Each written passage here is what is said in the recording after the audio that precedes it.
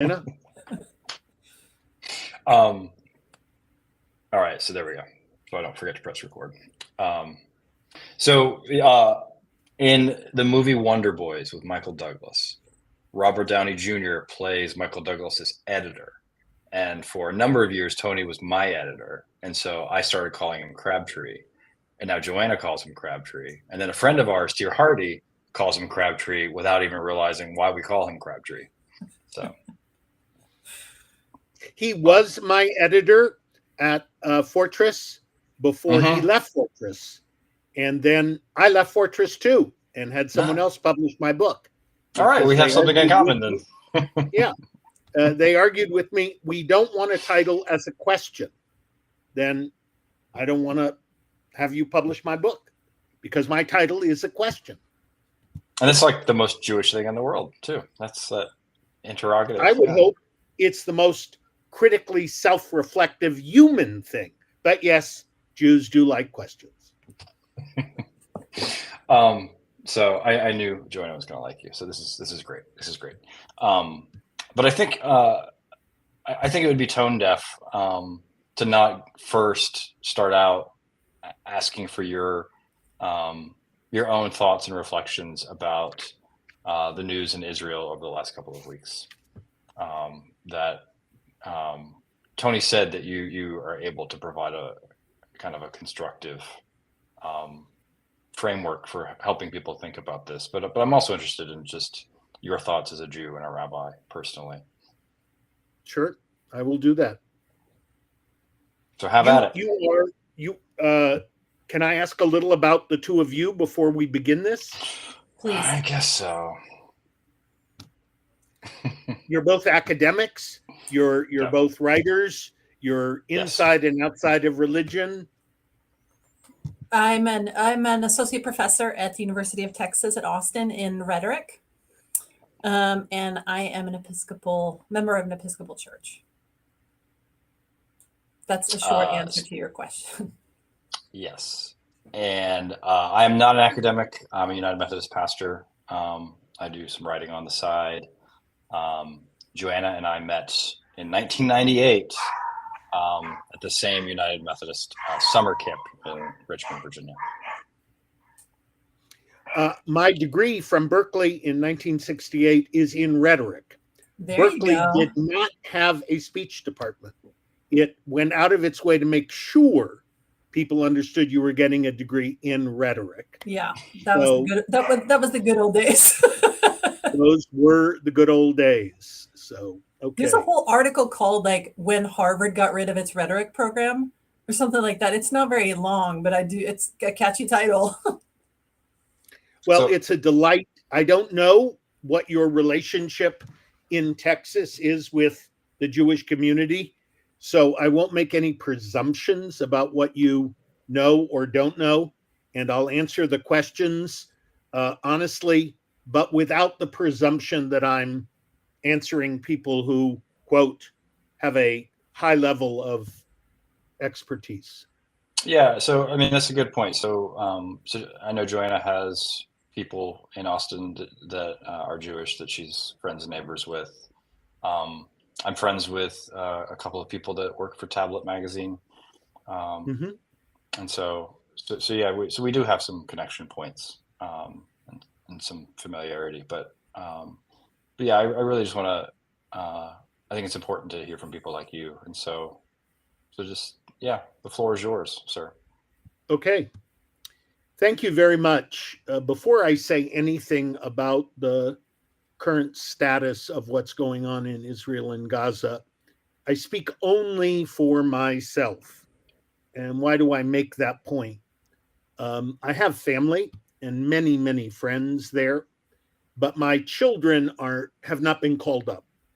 And my children were not in a kibbutz on the Gaza border, nor my parents, nor my siblings.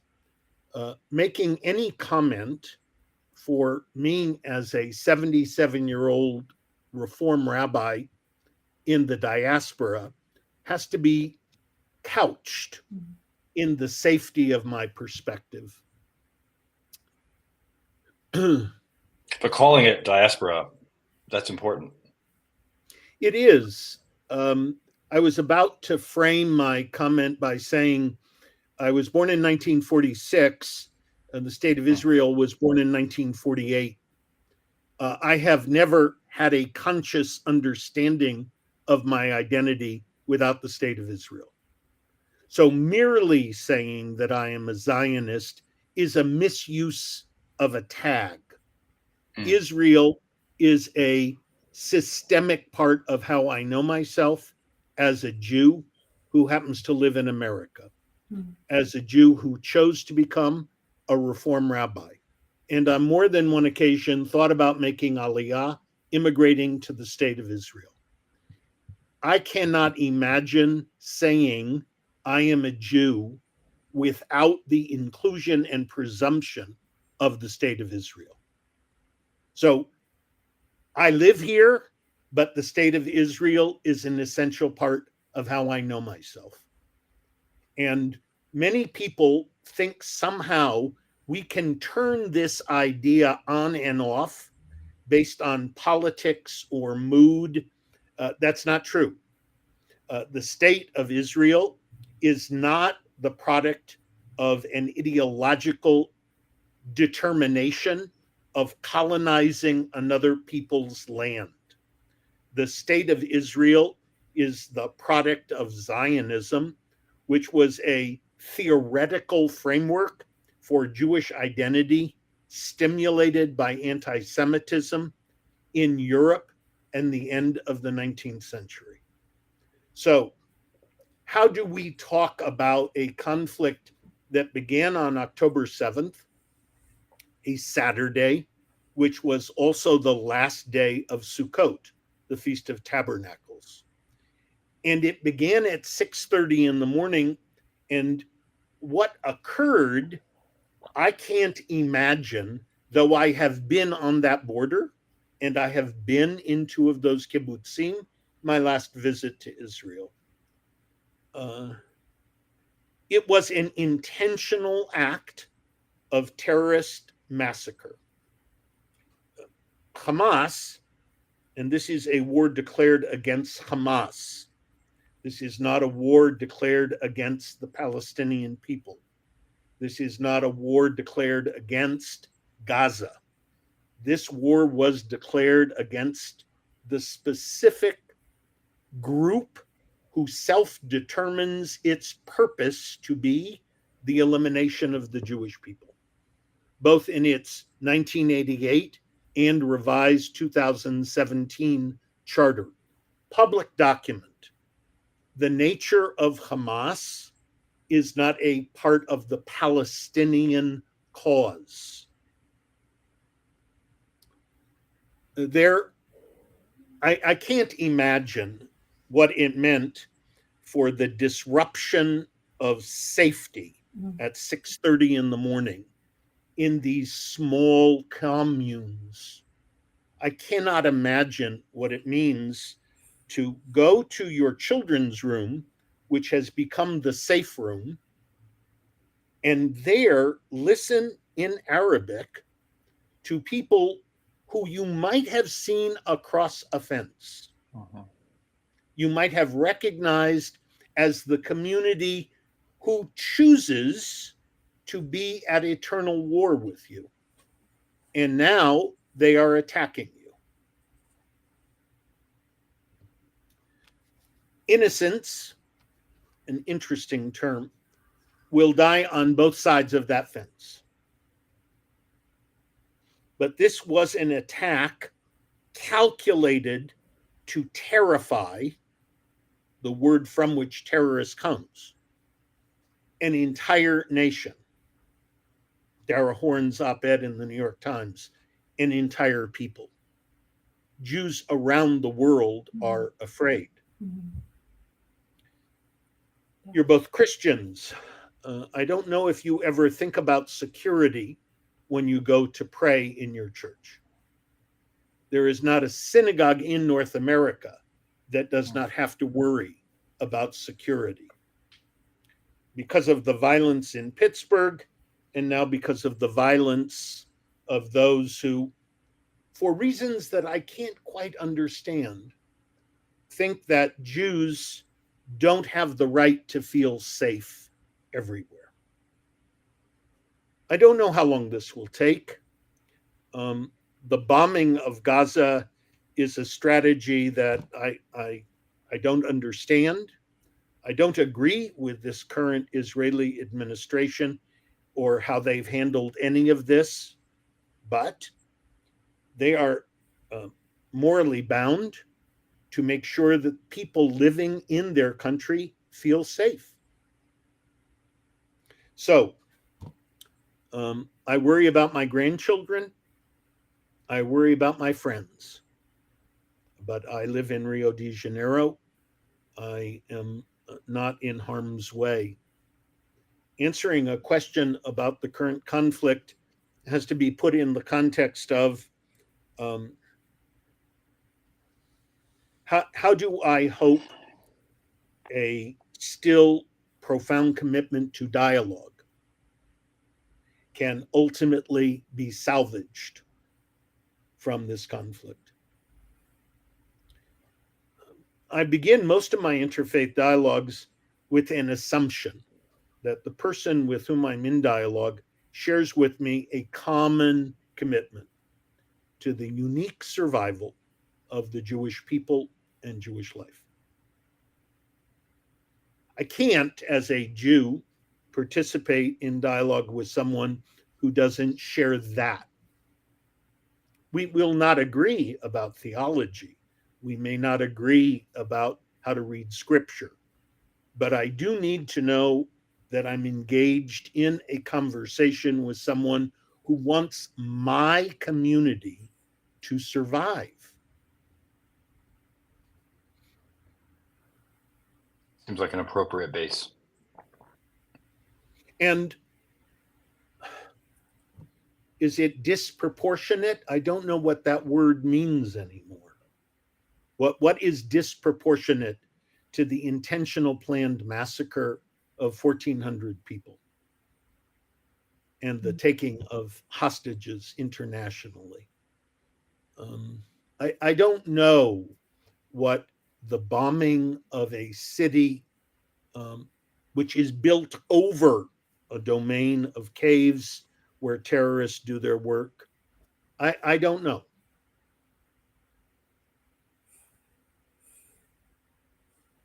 That's a lot to process. But I'm wondering if you have any thoughts, Trina.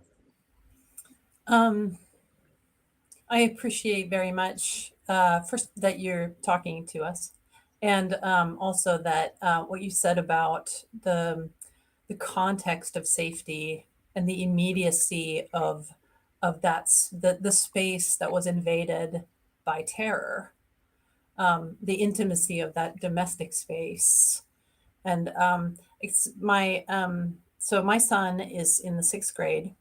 His best friend was born in the United States. His parents, he and his brothers and sisters, his parents were both born in Israel.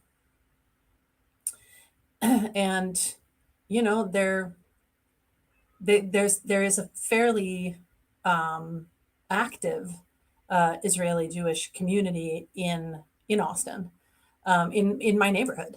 And so I have been seeing a lot of the best friend's boy, because, they play together a lot. And so we were at the playground less than a week ago, and I saw his mom, and I asked her, what can I do for you?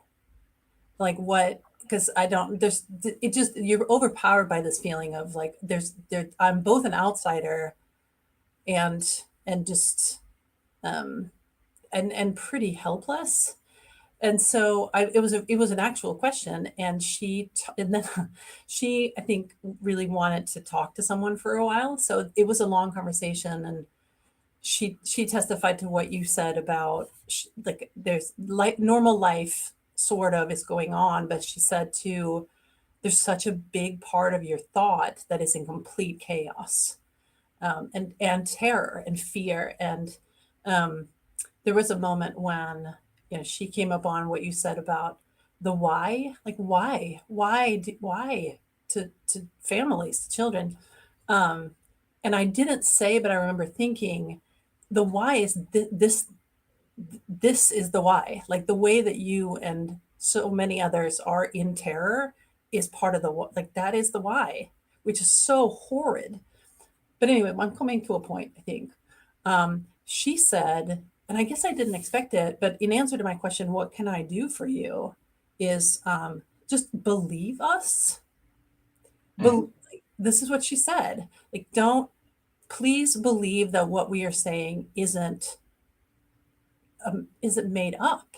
And please understand that what you're hearing counter to these realities is made up and part of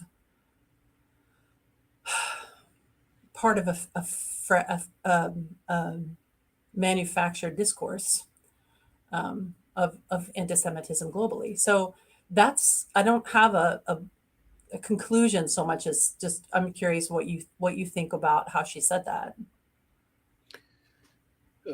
She has family that Yeah. is there Yeah. and experiences the trauma.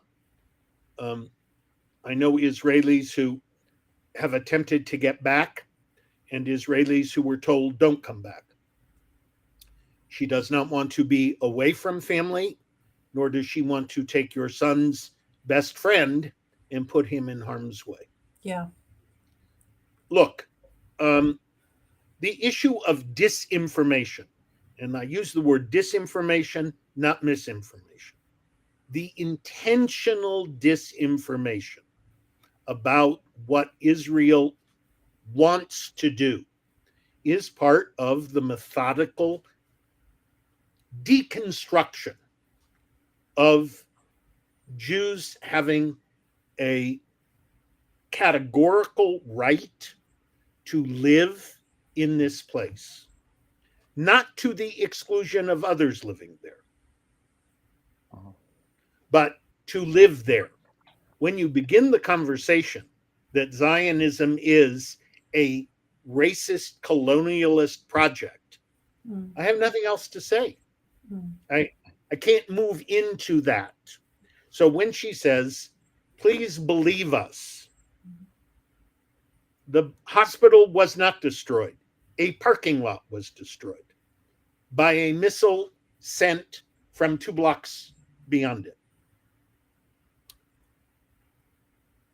Why would people believe that Jews would intentionally bomb a hospital? Well, how many centuries can I take you back to why would Jews poison wells? Why would Jews use Christian children for the making of matzah? And that's, I mean, so you both are, you both are educated in rhetoric. I think my biggest aha moment on October 7th and since then is seeing the degree to which this is a rhetorical battle. That, like the first day I noticed on MSNBC, journalists struggling to avoid characterizing Hamas as anything, as fighters, as soldiers, as revolutionaries, avoiding the word terrorist. That I'm not a Jew, but the Old Testament is important enough to me that when someone tries to frame this as a conflict that goes back decades, I'm like, well, you've just made the decision to wipe out most of Jewish history. This goes back to Pharaoh. And so I don't think I appreciated the extent to which, as much as the bombs and the guns and everything matter, this is a PR war. And they've won. They've won. That part of the war is over. They have horrified and terrified a global Jewish community. Yeah, I mean, like I've been wondering recently, like what it's like, Joanna, for Jewish students, like on a campus like yours, where public opinion of anyone younger than me is disproportionately pro-Palestinian.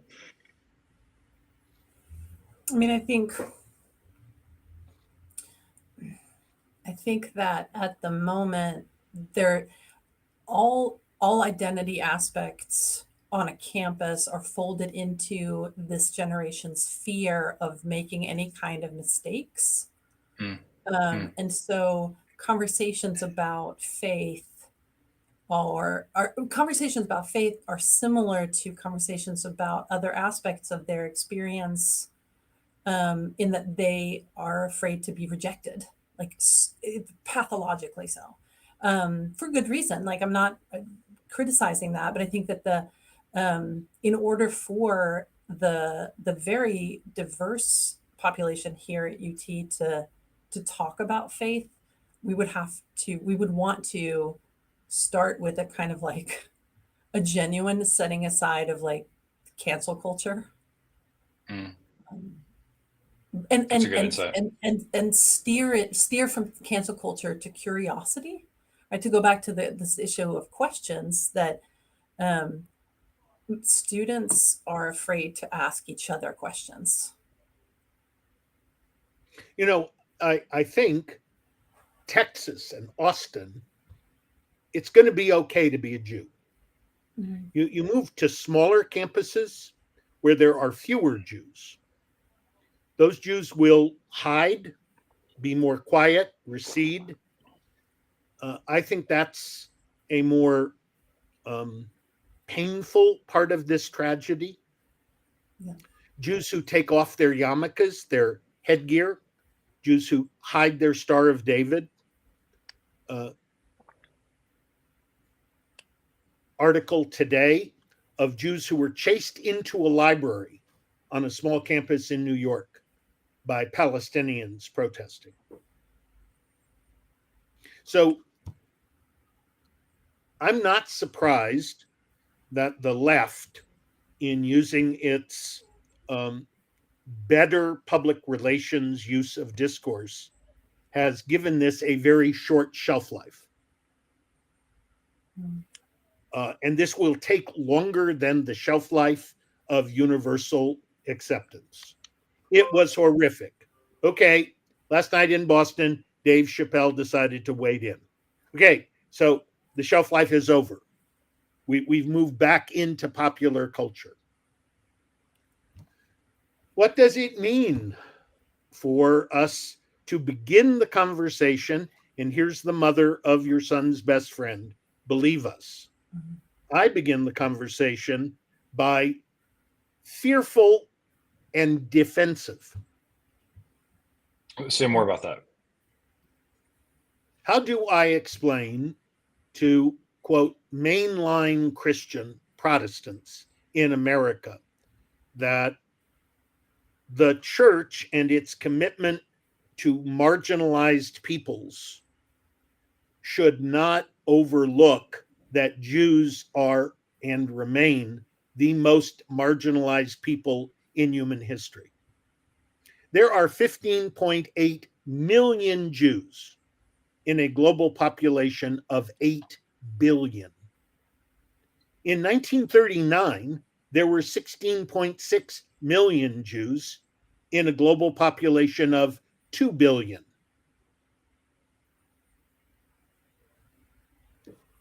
Where do you want us to go? Mm-hmm. What do you want us to do? And so we begin the conversation within 5 days of the massacre, now being argued, you are justifying your disproportionate military response. Look, there is a broader context to how they will choose to argue this. No Israeli occupied Gaza. No Israelis live in Gaza. The Israelis abandoned it in 2005 and gave it to the Palestinians. Hamas has taken it over, and it has become part of what they use as an active military base of terrorism. I don't think that the occupation of the West Bank can justify the massacre of 1,400 people. Yeah. So Jews simply want to live in a pluralistic, unimaginable, diversified 21st century set of communities in which their child is Joanna's child's best friend. That's all they want. They want to look and talk out loud about whether the new Speaker of the United States Congress, as a evangelical who went to the Temple Mount, is this good for America? Is this good for Christianity? Come next Sunday for our interfaith dialogue. But that would be great to do that. But we were attacked. And we were not attacked at a military threshold. We were attacked at the most basic, ghastly human level possible. They took our babies. I don't know what a disproportionate answer is to that. You both love scripture, so I can go back to Leviticus 19. Well, I mean, Joanna's Episcopalian. So. What the hell? I'm just kidding. That was a good shot, but I won't get involved in what the We'll two be of you are revisiting doing. that later. Leviticus 19:18, Jews and Christians like to talk about as the source of the golden rule. Okay, love your neighbor as yourself, made eschatological later in Matthew, even love your enemy. But what's the A part of that verse? Do not commit revenge and bear a grudge. Mm-hmm. So before we have the aspirational horizon of loving your neighbor as yourself, we have to deal with the reality of grudges and revenge. They accomplished what they wanted. What did they want? To disrupt the Saudi Pact of Normalization, to make sure that Palestinians would not be on the back shelf. Can I ask you a question?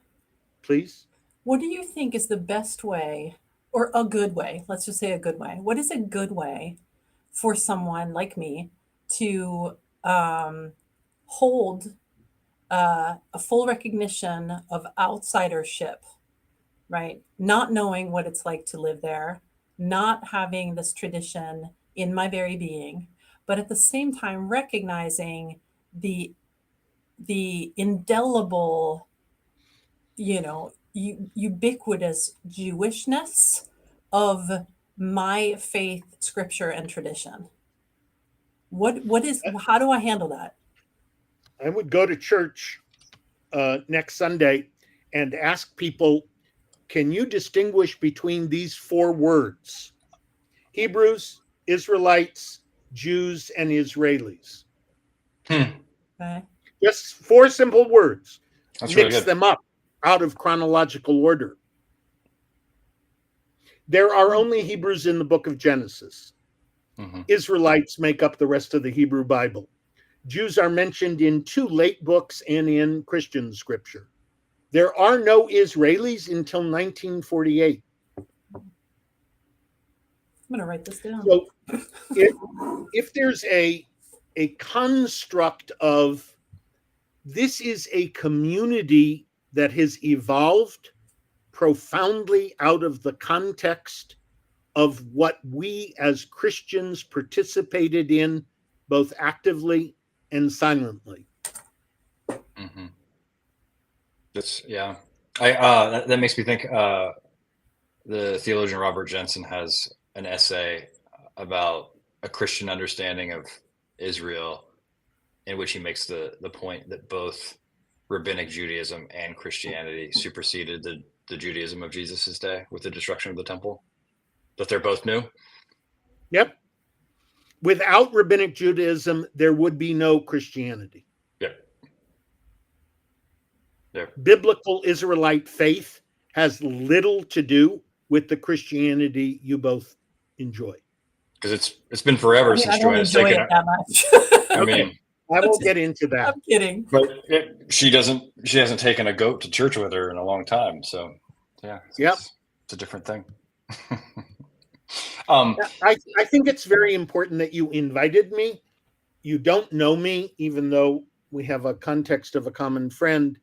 Um, you will get many different views on this topic, and they are views through a cracked prism of pain and disbelief.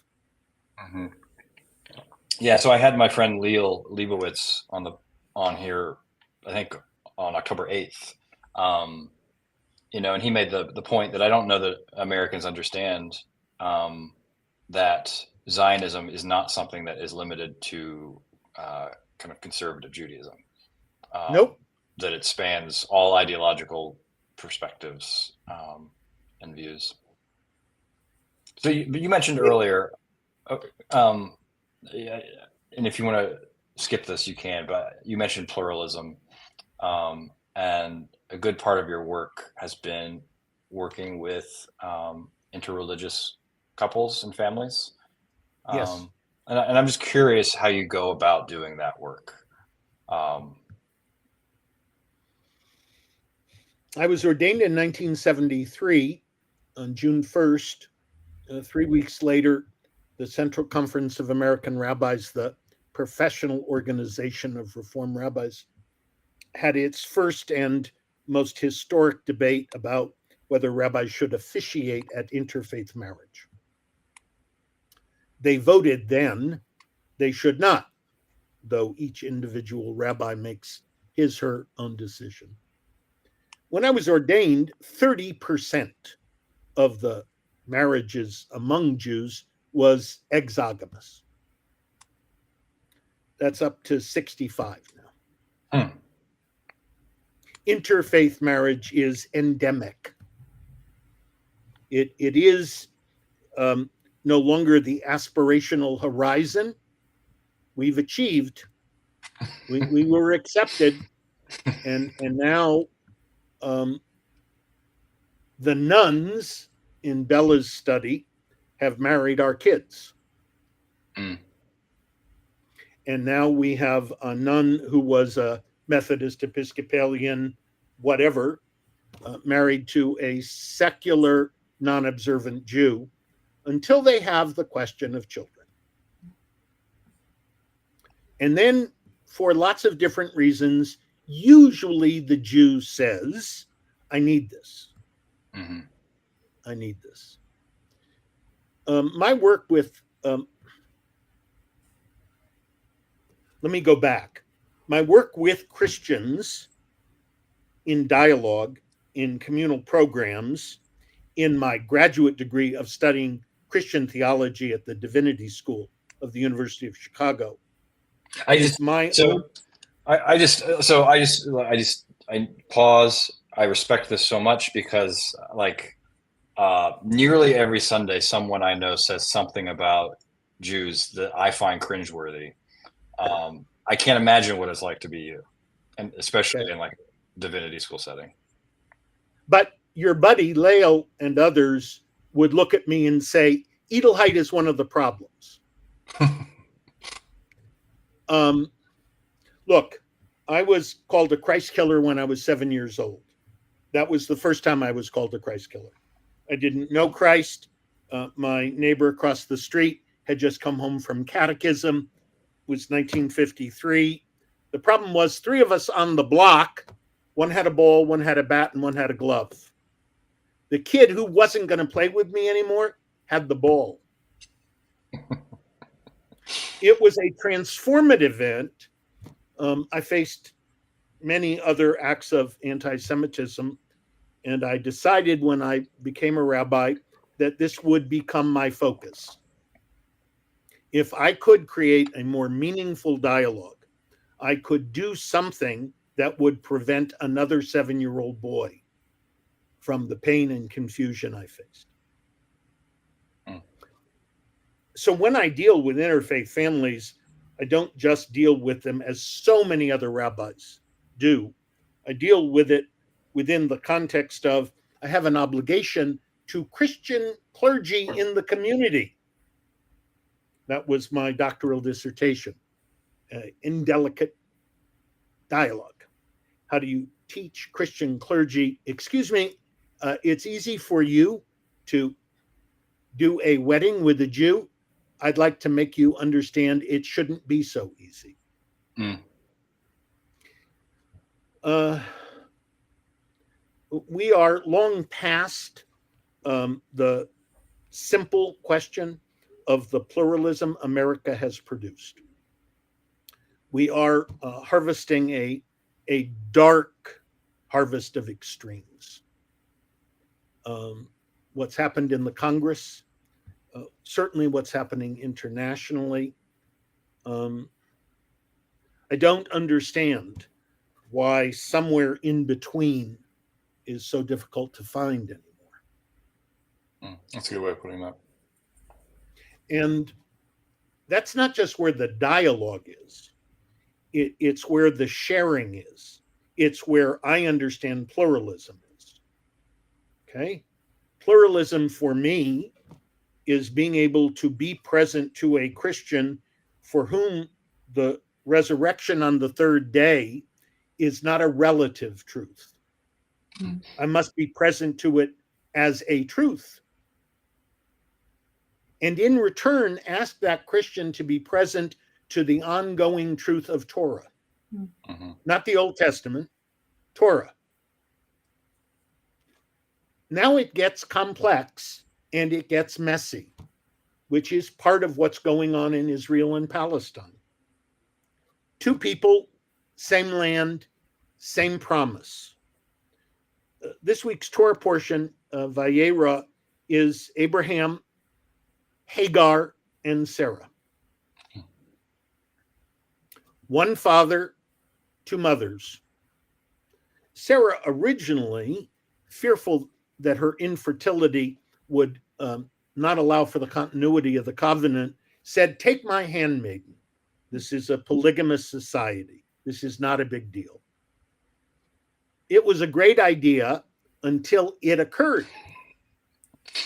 As so often happens, great idea, praxis is much tougher.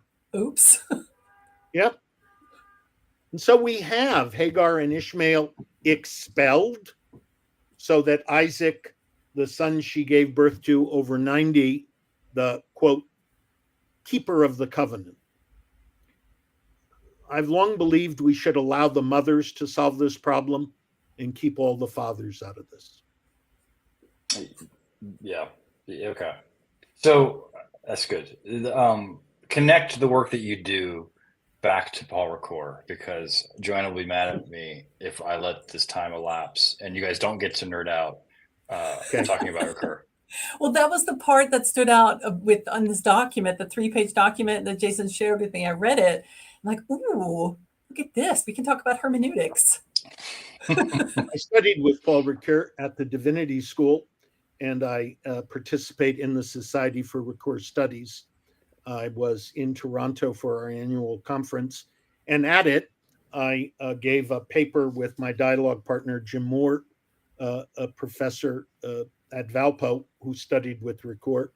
And in fact, we reread Ricoeur's study or famous essay of the Socius and the Neighbor, a 1957 essay, and we reread it using Martin Buber, because this is the 100th anniversary of Buber's I Thou. I have to tell you, I almost dropped out. I couldn't bear the idiom neighbor after the seventh. Yeah. What do you do with that?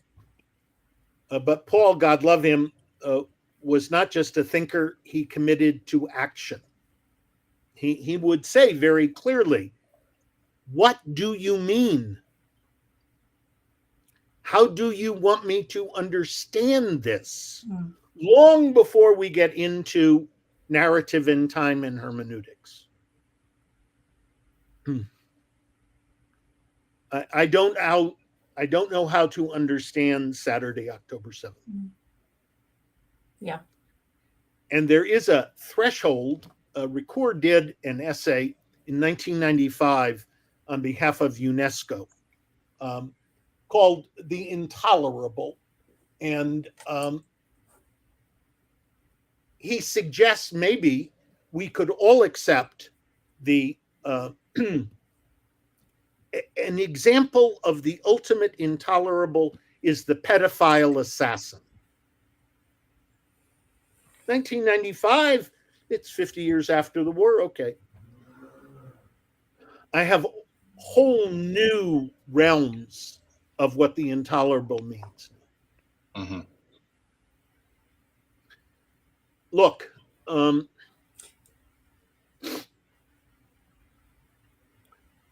the age of great thinkers is not over. There are new and different thinkers, but we don't take the time to reflect. Tracy was my doctoral advisor, David Tracy. Mm-hmm. And in the middle of the first seminar I had with he and Stephen Tolman, they said, after 3 weeks of essays, we will now have 2 weeks of reflection. I was 38 years old. I'd been a rabbi 10 years. And I said, Mr. Tracy, is now when we write our seminar papers?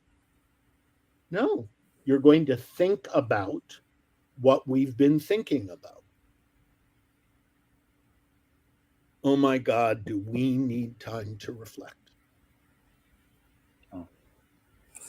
Yeah. We've taken no time since the pandemic, since Trump. I mean, on a daily level, I have to silence my brain in order to stay focused.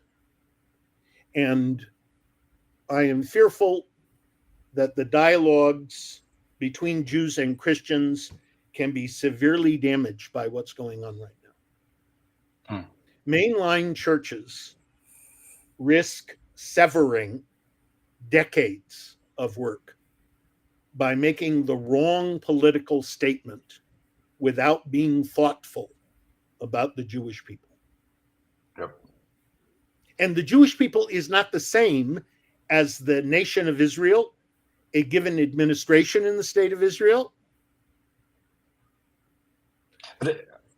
But I do. I mean, yeah, absolutely. I hear you. And whenever I hear someone want to make a distinction between the Jewish people and the nation of Israel, like I get that distinction, but it sounds like someone who says, well, I have plenty of black friends. I'm not really racist. The immediate need to draw the distinction signals, an approaching anti-Semitism, I think. We are 75 years old. In 75 years have fought far too many wars, some that were stimulated by poor policies, some by attacks, some by the refusal of the Arab world to accept the reality that there was a community that survived the Holocaust. I gave you the math before. Mm-hmm. There are only 15.8 million of us. We are too small to be a mathematical margin of error. Yeah.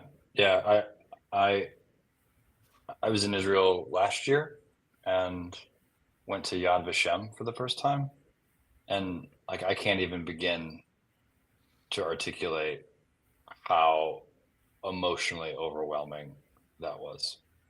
That I felt exhausted at the end of it. So here we are, 3 new friends, but heretofore strangers, linked by other interests. After 45 minutes, yeah, I trust you, but I'm not the one I need you to trust. The unknown Israeli mother, who is the mother of Joanna's son's best friend, could not have said it. Just believe us. Mm-hmm. And it's interesting, and it's a profound statement. And I'm sitting here wondering, isn't that what a black man wants when they say, just believe me when I tell you I've been stopped by cops? Yep. Yeah, like I don't want to jump in, but what you're saying is so important. The like the constant buzz of it's there's no way it's really like that, and then these voices that keep saying, actually, yep, it's really like that. We've told you many times before, still like that. Yeah. I was thinking, and excuse me if this is inappropriate, but the backlash of justification, the occupation is what feeds the far left in saying this is an act of resistance, is like saying to a woman who's been raped, it's the clothes you were wearing and the way you were sitting in the bar. You're responsible for what happened to you. Yeah, no, it's abhorrent. Yeah, and I was thinking too that so there is a, and you'll know this from the way you've educated yourself, that there is a segment, a not insignificant segment of Christians in America who are committed to Israel, for what I would call bad eschatological readings of Scripture. Please say it. However, that they have any felt stake in Israel's survival is better than like the mainline Christian who doesn't see any permanent connection between the church and the synagogue, and kind of unthinkingly supports propaganda on the other side. Mm. I'm wondering out loud about that now, Jason. I there are three sizable groups of fanatics with a messianic fervor of certainty that we need to all talk about. Christian Zionists who invite and commingle with Messianic Jews, okay, part of a Christian nationalist base. Mm-hmm. No, I don't want their support. And if I have to take everything else, I don't want Chabad and the Haredim, the ultra Orthodox, who are bringing and not participating, by the way, in the fight to save Israel. Mm-hmm. They are part and parcel undermining democracy in Israel. And the far left, especially Jewish anti-Zionists, who are absolutely certain ideologically that this is where Jews belong. Three distinct groups, minorities, but getting a lot of press and very vocal. These are non-normative. Mm. I had an argument with a young scholar over the summer who would not make a statement about Messianic Jews. It's not for me to judge. Oh, can I make a statement about them then? So I'm worried about fanatic certainty. My Israeli friends are saying, we will need you most the day after the war. And by that time, we need to have a point of reference to somewhere in between. That's and that to Joanna's earlier comment about the fear of committing offense or making a mistake or being canceled, that fear of being outside of a group contributes to extremism, right? Like it motivates you to gesture your belonging to a particular group And to only participate in the activities of that group. Mm-hmm. I missed the email inviting my opinion about whether the verb doxing would be accepted to be used on the front page of the New York Times. What? Wait. Doxing is now a word at that threshold of meaning. Yeah. But you Wow. said so the skepticism against certainty, I think, was really well put. And I'd like to contrast that, if you're open to it, with also another thing I read in this sort of biography of you in short, that talks about a program called "To Be Certain of the Dawn." Yeah. I just It's a thought that great was title. such a beautiful title or name. And I will be stealing it for a sermon title, just so you know, Right. It's without it's attribution. a reference by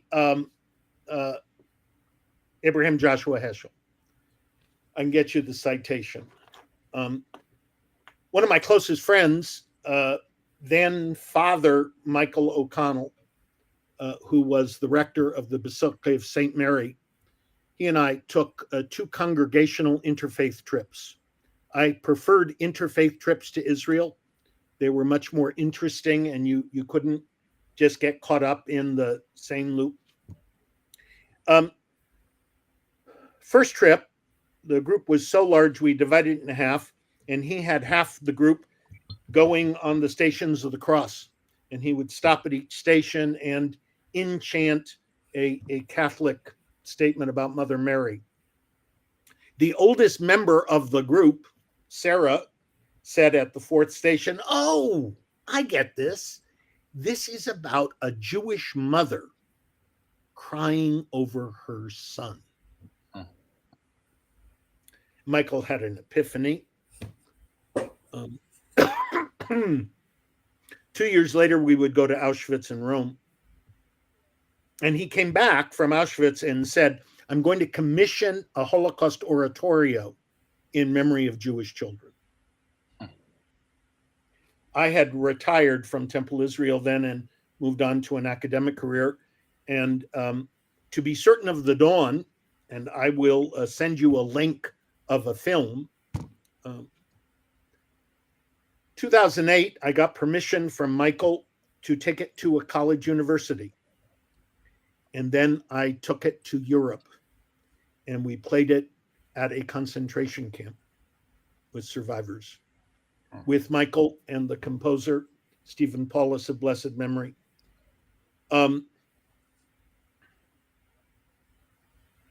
It's one of those things, those events, that most people would say, Edelheit, you're kind of pushing the limits again.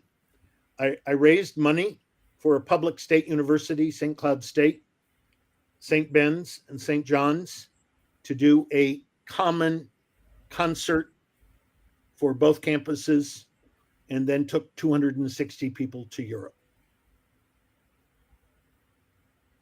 Well, clearly you're persuasive. So I've been trying to get Joanna to go to Israel. So maybe you can lean on her for me. I want to. I think she'll go now, but she'll only go when it's safe for somebody's 6-year-old son. Look, I think you two will be needed more in the days and weeks ahead, where different opinions are going to be, it's going to be a bigger rock that you're pushing up the hill. I definitely get that sense. That's why, I mean, I can't imagine what it's like to be in your shoes. Crabtree knew that if I offered, and he said, "What will you do?" I said, "I will talk on any podcast to any Christian you get me to." That is what a retired rabbi can do. Crabtree describes me as the only one of his friends who is more Christian now than I was before when I first met him. So he's hanging on to me for dear life. Have you read the new book? Yeah, I have. Yeah. Look, I want to come back, and I want to discuss today's blog about Luther. Okay. That'd be great. There was something missing, Jason. Mm-hmm. The last 4 sermons. The last 4 sermons. Luther's last 4 sermons. Oh, yeah. Mm-hmm. That's definitely problematic. And if I can just take 1 minute and challenge a new friendship. Mm-hmm. Right now, that's what we can't miss.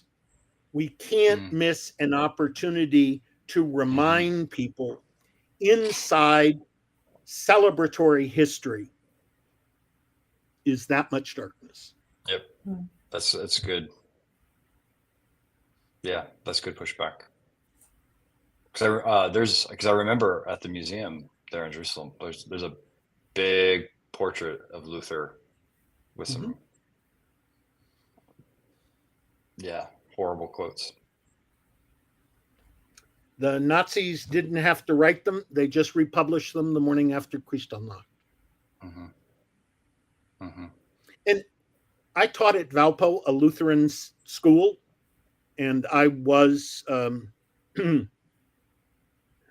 people were unhappy that I made my students go home and ask their parents, why didn't we learn this about Luther?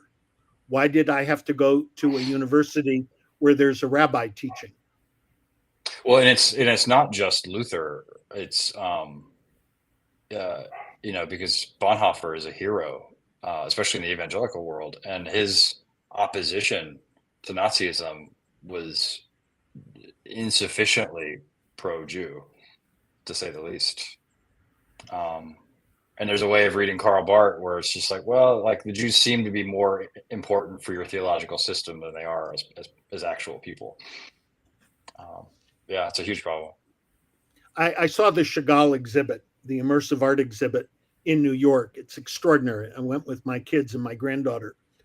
And I left, and my daughter said, why are you unhappy? I said, because they didn't say he ran out of Nazi Germany. He is a Jew. We need, at this moment, in my opinion, to make sure we understand how to read history critically. I just don't understand how that could have been left out. Like they just okay. Well, no, this is a whole stuff. This is an additional several chapters of conversation, but with so many of the most influential, mid-century, like thinkers in like the Frankfurt School, like these thinkers, like the circumstances of their demise are never talked about in comparison to how influential they were for cultural studies, for example. They weren't immigrants. Like, and then he was gone, like as though it was. They weren't immigrants. He fled. Walter Benjamin committed suicide before he could. So, and I think part of what pushes me right now is what the Israelis are going to cope with the trauma. I'm reading now Israelis beginning to ask whether anyone will go back and live in those communities ever again.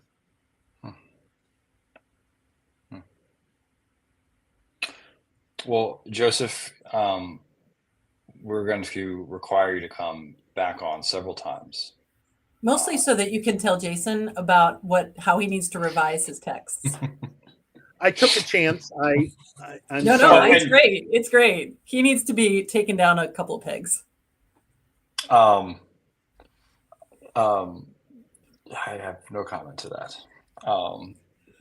So Joanna likes to remind me that my shit stinks. But the way we like to end the podcast, sir, is with the 10 questions from inside the actor studio. So rapid fire, what is your favorite word?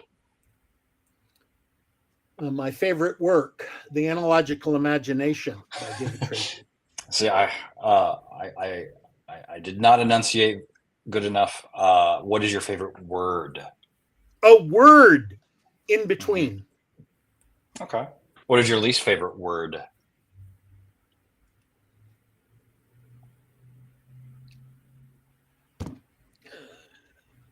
That's difficult. I guess my least favorite word is no comment. We frequently get an explicit rating for this podcast, so feel free to answer. What turns you on? My grandchildren. What turns you off?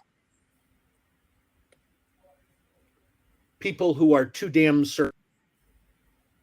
What sound or noise do you love?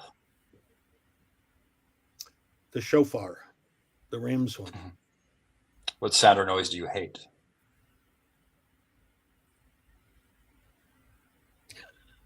Anything with Trump's voice. Oh my God, it's the most common answer that we get. It's so funny. It's so funny. What is your favorite curse word? Fuck. I said fuck on the steps of Sproul Hall as a freshman at Berkeley in order to experience the freedom of speech. Ah, that's a good story. What profession other than yours would you like to attempt one day? Screenwriter. What profession would you never want to do? Kindergarten teacher. I think it'd be fun for like a day, like a kindergarten cop. But what since heaven exists, what would you like to hear God say when you arrive at the pearly gates? Edelheit. The Grateful Dead are playing tonight. Okay, that's great. And thank you for not deconstructing that last question. Well, I'm going to stop this and